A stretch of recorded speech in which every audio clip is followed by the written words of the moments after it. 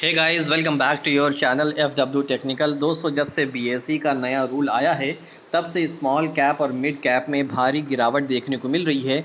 अभी इस करंट जो वीक चल रहा है, यानी जिसमें अभी 3 ही दिन हुए हैं, मंडे, ट्यूसडे, वेडनेसडे, इस 3 दिन में स्मॉल कैप में 5% तक की गिरावट, वहीं मिड कैप में लगभग 4% तक की गिरावट देखने को मिली है। दोस्तों, तो इस वीडियो में हम ये जानेंगे कि असल में BSE का ये नया रूल है क्या, और असल में मार्केट इसको एज अ नेगेटिव क्यों ले रही है। क्या इन्वेस्टर्स को इस नए रूल से ज़्यादा नुकसान है या फ़ायदा है, या क्या चीज़ है, तो इसमें डिटेल्ड में हम जानेंगे BSE के नए रूल के बारे में। दोस्तों, वैसे तो आप जानते होंगे कि स्टॉक में सर्किट लगता है, लोअर सर्किट और अपर सर्किट, और ये सर्किट 2 से लेकर 20% तक BSE लगाता है। यानी कुछ स्टॉक ऐसे होते हैं सेलेक्टिव जिसमें सिर्फ 2% का सर्किट लगता है, लोअर एंड अपर, और कुछ में 5%, कुछ में 10% और कुछ में 20%। तो अगर 20% का सर्किट हम एज अ एग्जाम्पल माने तो वो स्टॉक सिर्फ 80 से और उसकी करंट मार्केट प्राइस यानी जो लास्ट ट्रेडेड प्राइस है वो 100 रुपीज़ है, तो वो स्टॉक सिर्फ 80 से लेके 120 रुपीज़ के बीच में वो मूव कर सकता है। तो दोस्तों अब नया क्या है इसमें, यानी अब जो BSE ने जो रूल निकाला है इसमें कोई एडिशनल क्या दिया है। उसमें दोस्तों एडिशनल ये दिया है कि जिस तरह एक सर्किट लगता था ऑन अ डेली बेसिस 2 से लेके 20% तक, अब कुछ स्टॉक ऐसे BSE सेलेक्ट करेगा जिसमें सर्किट डेली बेसिस के अलावा भी वीकली और मंथली बेसिस पे भी कुछ सर्किट्स होंगे। यानी स्टॉक का मूवमेंट में रेस्ट्रिक्शन लगाया जाएगा on a weekly and monthly basis पे, और उसके लिए जो ट्रेडेड प्राइस होगी, यानी जो एक आप कह सकते हैं बेंचमार्क जो होगा, वो लास्ट ट्रेडिंग प्राइस होगी। यानी अभी अगर हम देखते हैं जो लास्ट ट्रेडेड प्राइस होती है प्रीवियस डे की, वो एज अ बेस माना जाता है, और उसी से 20% अप और 20% डाउन ये सर्किट माना जाता है। अब अगर वीकली बेसिस पे सर्किट लगेगा तो उसके लिए क्या होगा, जो पिछले वीक का दोस्तों लास्ट ट्रेडेड प्राइस था, यानी फ्राइडे को अगर जो लास्ट वीक का एंड होता है तो वो ट्रेडेड प्राइस जो होगा वो उसको एज अ बेस माना जाएगा वीक के सर्किट्स के लिए। और मंथ का जो एंड होगा, यानी आप मंथ का एंड नहीं बल्कि मंथ का जो लास्ट ट्रेडिंग डे होगा, उसको हम एज अ बेस मानेंगे मंथली सर्किट्स के लिए।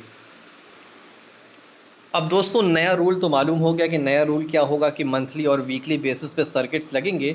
लेकिन दोस्तों अब क्या सारे ही स्टॉक्स पर सर्किट लगेंगे, क्या सारे ही स्टॉक की प्राइस को रेस्ट्रिक्ट किया जाएगा?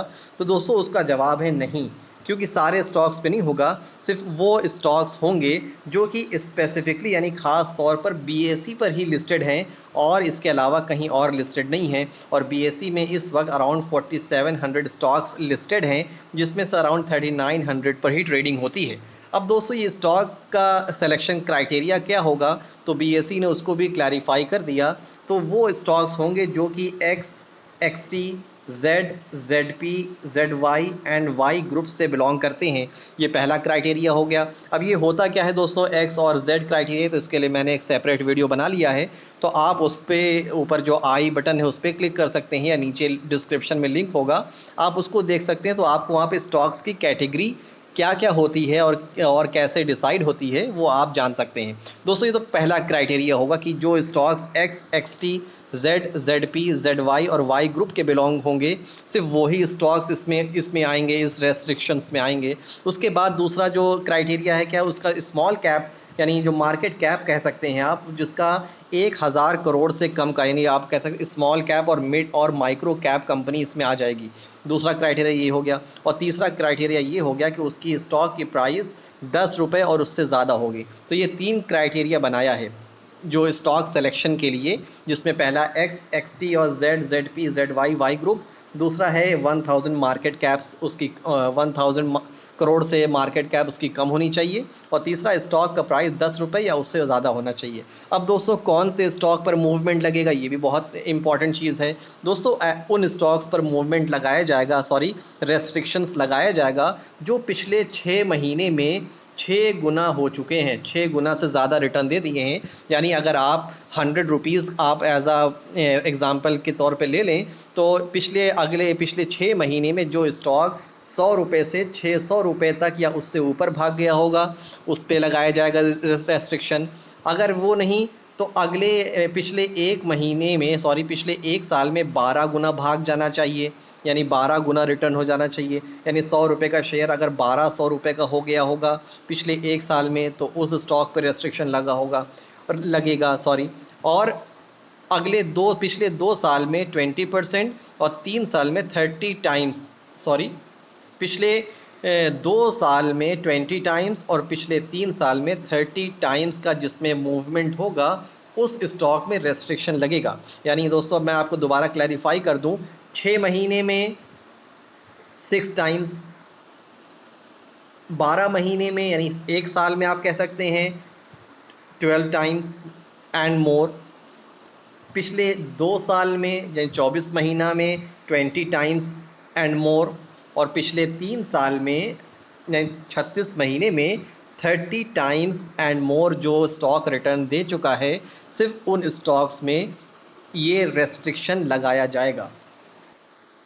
दोस्तों, अब बात करते हैं कि रेस्ट्रिक्शन का जो स्लैब है वो क्या होगा, यानी अपर सर्किट और लोअर सर्किट क्या होगा मंथली और वीकली बेसिस पे और क्वार्टरली बेसिस पे। तो दोस्तों, यहाँ पे आप देख रहे होंगे ये तो आपका प्राइस बैंड है, यानी जो डेली बेसिस पे सर्किट लगता है ये वो है। यानी 20% का जो स्टॉक होगा उसमें आपको एज अ वीकली बेसिस पर जो लोअर सर्किट होगा वो 0.06 इंटू एक्स मतलब है आपका कह सकते हैं लास्ट ट्रेडेड प्राइस, और अपर सर्किट 1.6 टाइम्स। और इसी तरह मंथली बेसिस पे अपर सर्किट 2 गुना और लोअर सर्किट 0.5 टाइम्स, और क्वार्टरली सर्किट जो होगा उसमें अपर वाला होगा 3 गुना और लोअर होगा 0.3 टाइम्स। तो इस तरह दोस्तों, ये अगर आप 10% अपर सर्किट और लोअर सर्किट का देखेंगे तो उसमें भी आपको ऐसे ही नज़र आ जाएगा। तो दोस्तों, यहाँ से आप हर मंथली, वीकली और क्वार्टरली बेसिस पर आप इसको देख सकते हैं, तो आपको अंदाज़ा हो जाएगा कि कौन से स्टॉक में किस तरह का सर्किट लगाया जाएगा।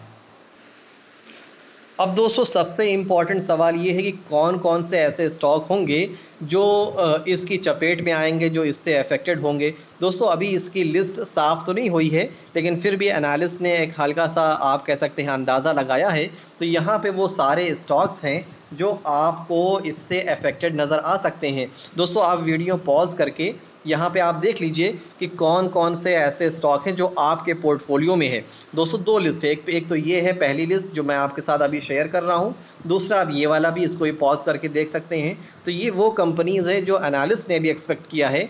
बीएसई ने भी कोई लिस्ट नहीं निकाला कंपनी का, बल्कि एनालिस्ट के और जो मार्केट एक्सपर्ट हैं इन सारे क्राइटेरियाज़ के बेसिस पर उन्होंने अंदाज़ा लगाया कि ये कंपनी हो सकती है जो बीएसई के नए रूल के चपेट में आएगी। दोस्तों, असल में इसका फ़ायदा हम स्मॉल इन्वेस्टर्स को ही होता है, हम रिटेल इन्वेस्टर्स को ही होता है, क्योंकि जो मैनिपुलेटर्स होते हैं, जो बिग प्लेयर्स आप होते हैं, क्या आप कह सकते हैं, तो वो तो अपना फ़ायदा लेके निकल जाते हैं। वो स्टॉक को मैनिपुलेट करते हैं, प्राइस को बहुत ऊपर पहुंचाते हैं धीरे धीरे करके, और अचानक वो सेलिंग करते हैं जिसमें हम रिटेल इन्वेस्टर फंस जाते हैं। तो सेबी ने जो नया रूल, सॉरी बीएसई ने जो नया रूल ये बनाया है, ये रिटेल इन्वेस्टर्स की सेफ्टी के लिए ही है। दोस्तों, उम्मीद है वीडियो आपको पसंद आया होगा। पसंद आया हो तो लाइक करें और अपने मेरे चैनल को सब्सक्राइब करें, और मिलते हैं नेक्स्ट वीडियो में। तब तक के लिए थैंक यू।